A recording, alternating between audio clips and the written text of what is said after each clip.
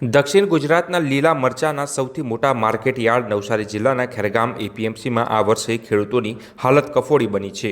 અતિશય વરસાદને કારણે મરચાના પાકમાં મોટા પાયે નુકસાન થતાં ગુણવત્તા બગડી છે, જેના પરિણામે ભાવમાં ચિંતાજનક ઘટાડો નોંધાયો છે।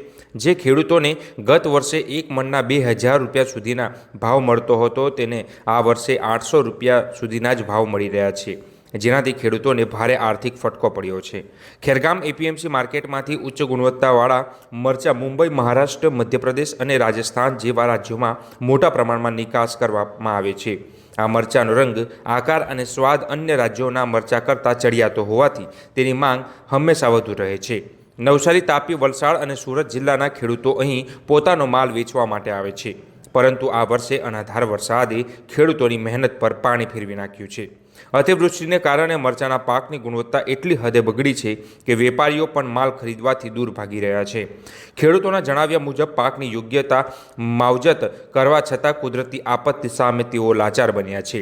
અત્યાર સુધીમાં ખેરગામ એપીએમસી માર્કેટમાં લગભગ 500 ટન મરચાની આવક નોંધાઈ છે। જો કે ગુણવત્તા વગરના માલના કારણે ખેડૂતોને પોષણક્ષમ ભાવ મળી રહ્યા નથી।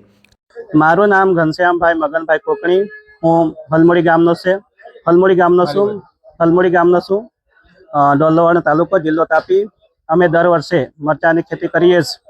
આ વર્ષે પણ મરચાની ખેતી કરેલી છે અને અમે વેચાણ માટે આજુબાજુ માર્કેટ હોવા છતાં પણ અમે ખેરગામ માર્કેટની અંદર મરચાં વેચવા માટે આવીએ છીએ। અને અહીંયા જ્યારે અમે મરચાં વેચીએ છીએ તો જે દર વર્ષે માર્કેટમાં ભાવ હોય છે એ અમને મરચાં પ્રમાણે ભાવ મળતો હોય છે। ક્યારેક ઓછો હોય છે, ક્યારેક વધારે હોય છે। ગયા વર્ષે મરચાંનો ભાવ સારો હતો, પરંતુ આ વર્ષે મરચાંનો ભાવ છે એ થોડોક હાલે નીચો છે। આશા રાખીએ છીએ કે આવનાર દિવસોની અંદર મરચાંનો ભાવ વધે અને ખેડૂતો અમને બધાને લાભ એનો મળે। અમારા જે મરચાં છે એ અહીંયા ખેરગામ માર્કેટમાંથી બોમ્બે એટલે કે મુંબઈ અને મહારાષ્ટ્રની અંદર અને આ બાજુ દિલ્હી બાજુ પણ વેપારી લોકો સપ્લાય કરે છે। કેટલા ટન ઉગાડ્યા આ વખતે 3 થી 2 ટન જેવા મરચાંનું ઉત્પાદન થાય છે। છેલ્લા કેટલાક વર્ષોથી બાગાયતી અને રોકડિયા પાકમાં અતિવૃષ્ટિને કારણે થતું નુકસાન ખેડૂતો માટે એક મોટી સમસ્યા બની ગયું છે, જે તેમને આર્થિક રીતે પાયમાલ કરી રહ્યું છે। તાપી જિલ્લામાંથી આવેલા જયરામભાઈ સાથે વાતચીત કરતાં તેમણે જણાવ્યું હતું કે મરચાંની ખેતી કરીએ છીએ, દર વર્ષે અમને મરચાંની ક્વોલિટી પ્રમાણે ભાવ મળતો નથી। દર વર્ષે ભાવ ગુણવત્તાને જોતાં ઓછો વધતો હોય છે। આ વર્ષે મરચાંનો ભાવ થોડો નીચે ગયો છે। આશા રાખીએ છીએ કે આવનાર દિવસોમાં અંદર મરચાંનો ભાવ વધે અને ખેડૂતોને તેનો લાભ મળે। અમારા મરચાં ખેરગામ માર્કેટમાંથી મહારાષ્ટ્ર સહિત અન્ય રાજ્યોમાં વેપારીઓ સપ્લાય કરે છે। जी, क्या नाम है आपका?